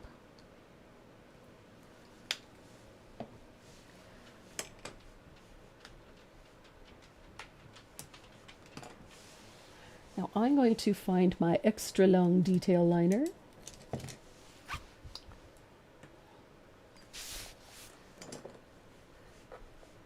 Now I've got a little bit of black green, and I'm going to put a float right at the base of my 2 little leaves here that I forgot. I was very gently reminded about. Now we're going to thin out a little bit of warm white. I'm throwing in a little bit of Joe Sonia there. And then I'm going to pull a little neon green into it. I love neon green. Now the white is just to make the neon a little more opaque.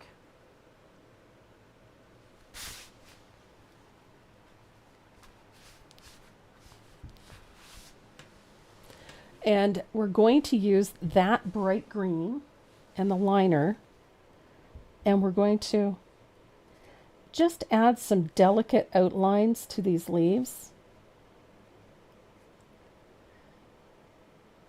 I like to add a little curlicue at the end of my leaves. You can bring a little of it into the center of the leaf as well.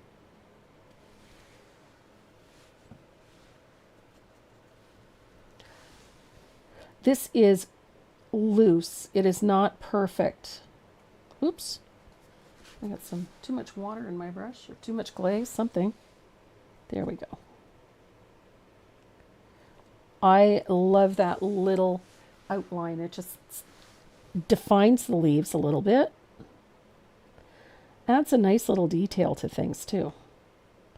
Especially since you can add little curlicues to the edges, to the tips of those leaves. And you can always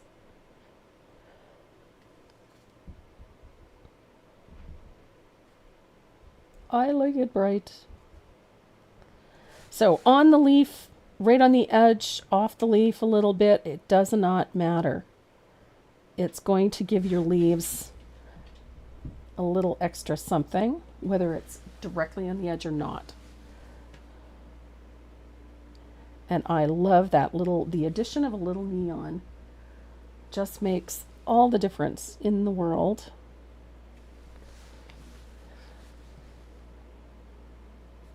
Especially as it dries, because then it becomes more neon and less white.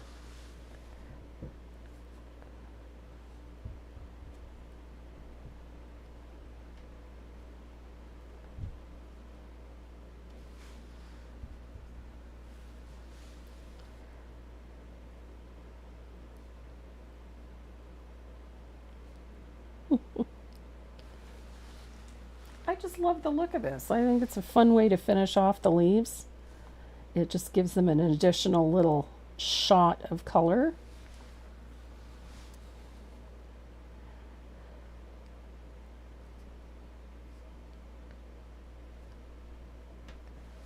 There we go.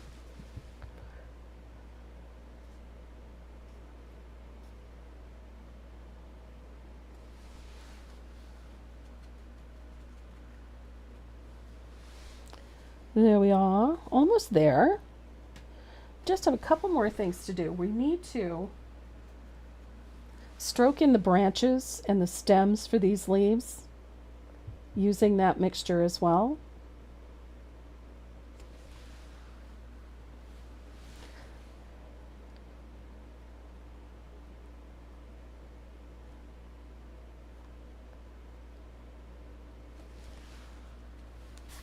You can do this with margarita if you're not keen on the neon. I'm going to switch to my longer one.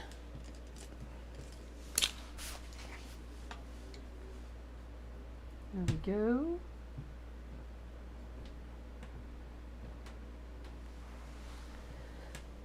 So a little stroke on the highlight line there, center vein. Stroke in those leaves and stems.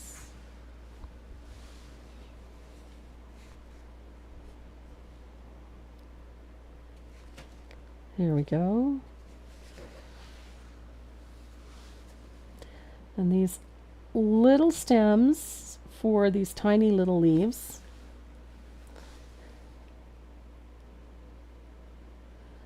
And I like my little outline on my small leaves.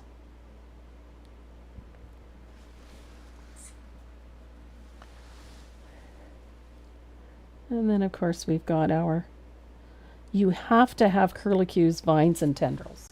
You just have to.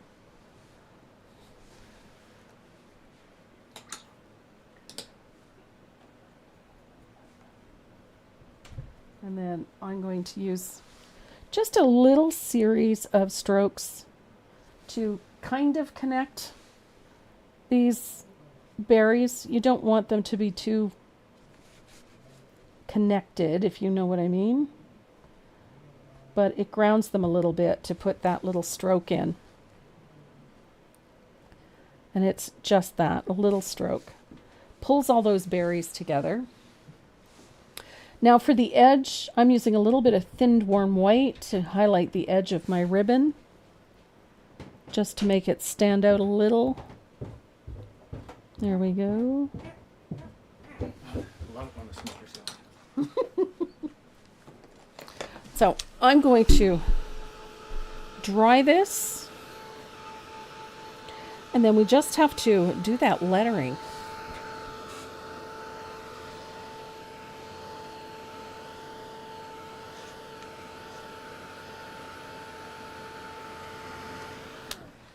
Brenda, usually we have a pattern available on the website, usually about midweek prior to the live. My brush list doesn't change very much, quite honestly. So we have lettering, and I'm using a 3/8 angled shader, which by the way is what I used for this whole piece, other than the outside edge. With the amount of brushes you have, I'm surprised it's not.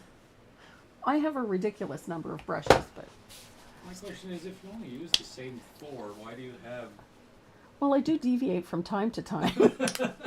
Just not that often. It's ridiculous. I have a few brushes, sue me. So shade inside the lettering with a little float of soft black. So inside on the right. I'm going to zoom in a little bit here. Okay. A little bit? Okay. There we go. So on the right of each letter, little float, comme ça. All those lines.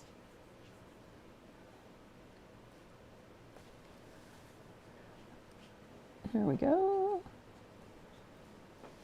So it's just going to make the lettering stand out a little bit more. So I'm going to dry that really well. And then I'm going to use a Posca pen, a white one, to do our lettering.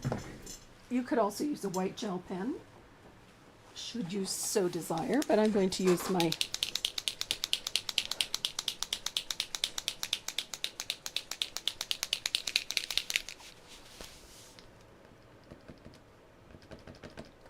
Here we go. So we've got a nice white.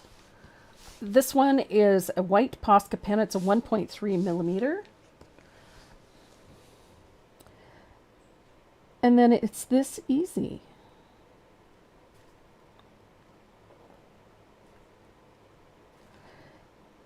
And if you prefer, you can use an even smaller one. If you're not keen on the bigger marker, you can use a smaller one.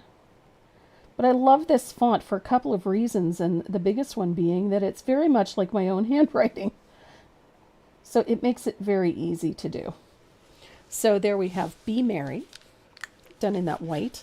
Now these are acrylic paint pens, so they are going to dry quite nicely. Oh, Elka, I love my Posca pens. And for simple lettering like this, they're perfect. So, I'm going to show you a couple of tricks about putting this piece together. I'm going to grab my frame. So, I'm going to set this aside for a moment. So this is your frame. You're going to use your favorite craft glue. This is Turbo Tacky. So I'm going to put just a little bit of glue on the outside of my frame like so.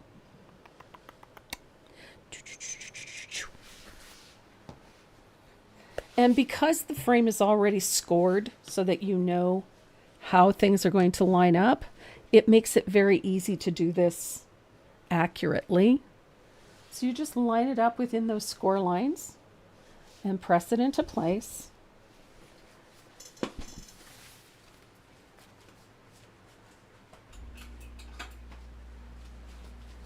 And I like to have a couple of these jumbo clips.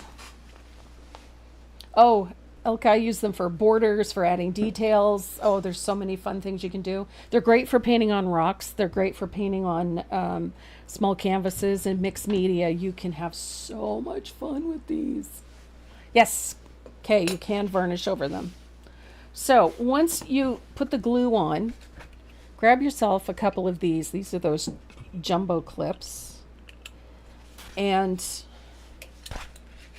just clamp it into place. Like so. Apparently I can't. There we are. And then I put the arms down like so. And then I leave it off to the side to dry.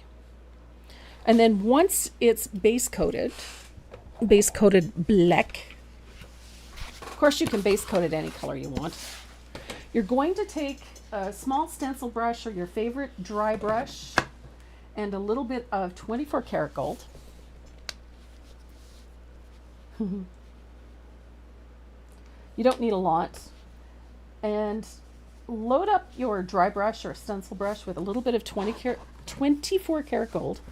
And then you're going to dry brush the edges of your frame. Just a little. You can do as much or as little as you want.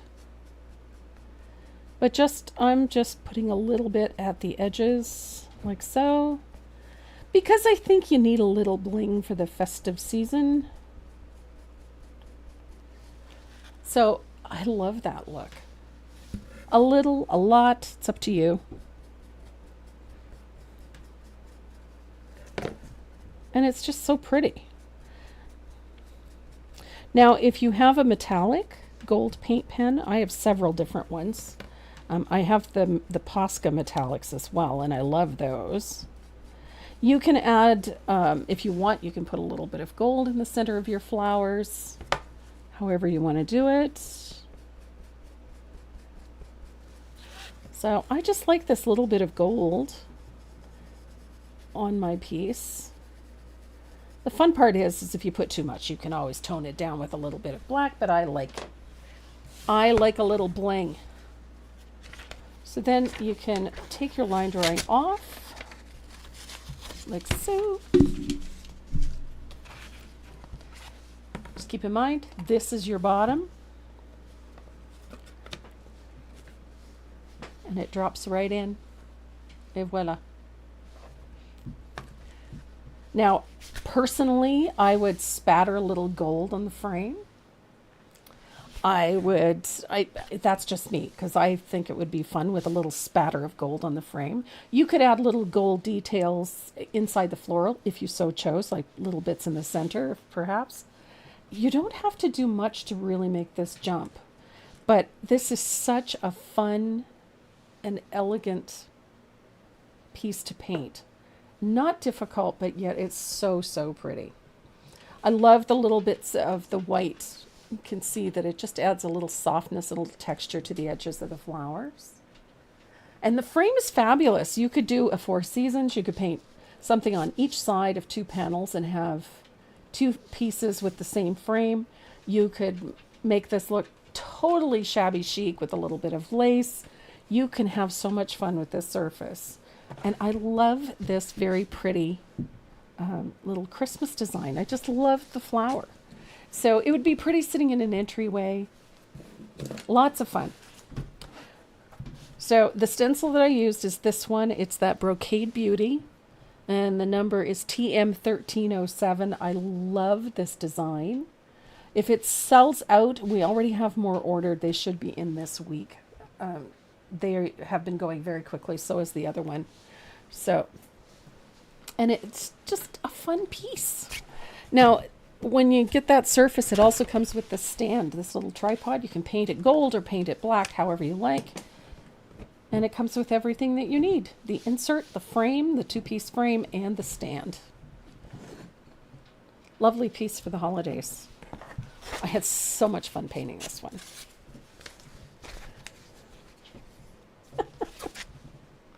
Now, that lettering, if you wanted to, you could take a gold paint pen and add a little bit of bling to this. You could do it in gold if you wanted. You could add embellishments to this if you wanted to. It is such a versatile surface. And so is the design. The design itself is versatile. You can change it up, change your paint colors, do whatever you like. I love this one. Pretty, pretty. So I don't know where Renee went. He disappeared on me. So I'm going to put some stuff aside here. As I said, next Saturday we are painting a country piece. I think you will really enjoy. Okay, there's face cam. I don't know where Renee went. He disappeared on me. And I haven't got my phone handy, so I can't text him. Yes, I do. There he is.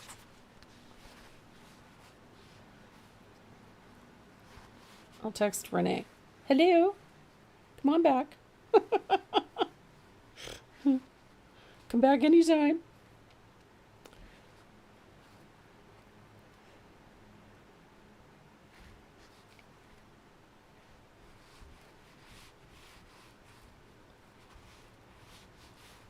We'll let him know that it's wheel time.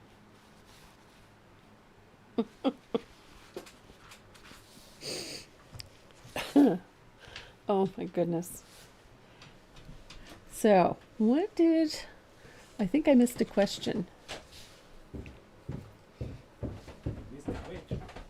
Yeah.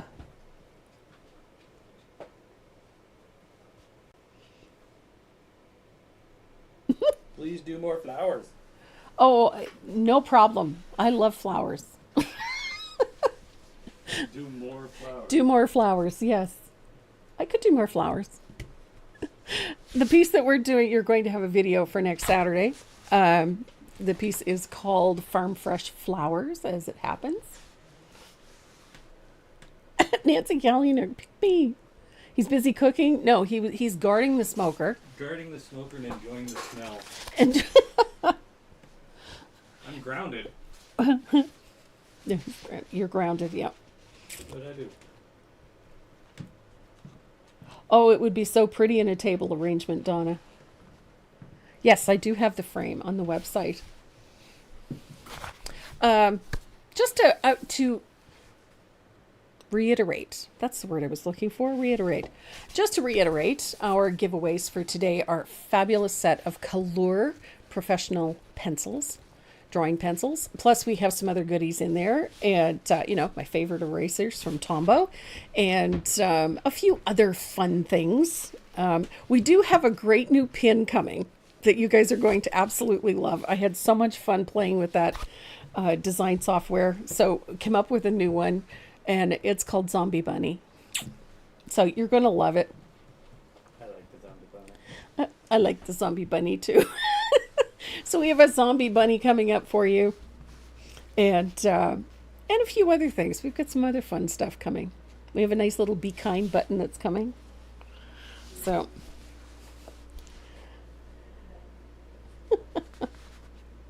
Martina Succula. Oh my goodness. I'd say that wheel is full. I could put more. Probably could, but we wouldn't be able to read it. Then it just go by numbers. I suppose so. Okay. So cross all the things that need to be. Yes, we need a zombie Bob too. That's coming next. You have a zombie Bob sticker. Oh, a button. We're going to get you a want zombie. Bob? Yeah. We've got a zombie bunny coming. And we've got stickers, and we've got a bunch of fun stuff coming up.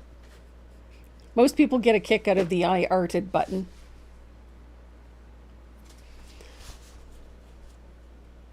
Will that pin have bunny leaves? Kinda. Okay, so we are ready. First name.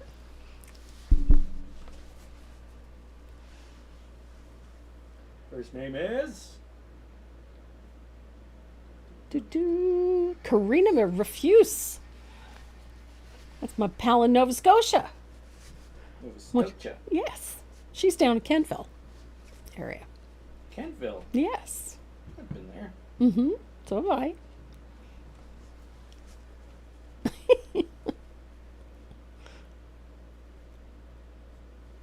Awesome.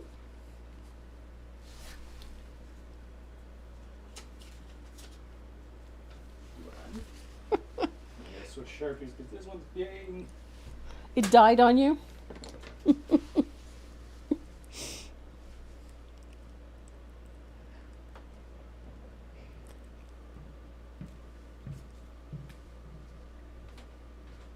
Oh, my stars.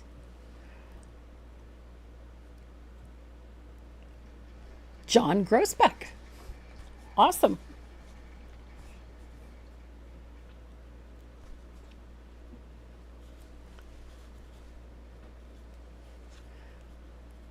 I'm always thinking of fun things to play with. And I got some new toys this week, so brace yourselves. And the last one goes to... Click.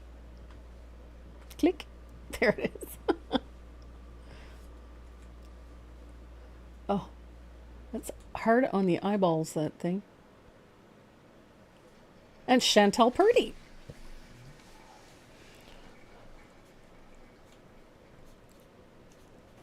The wheel breaks. There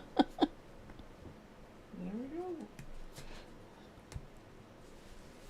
Karina, John, and Chantel. Yep.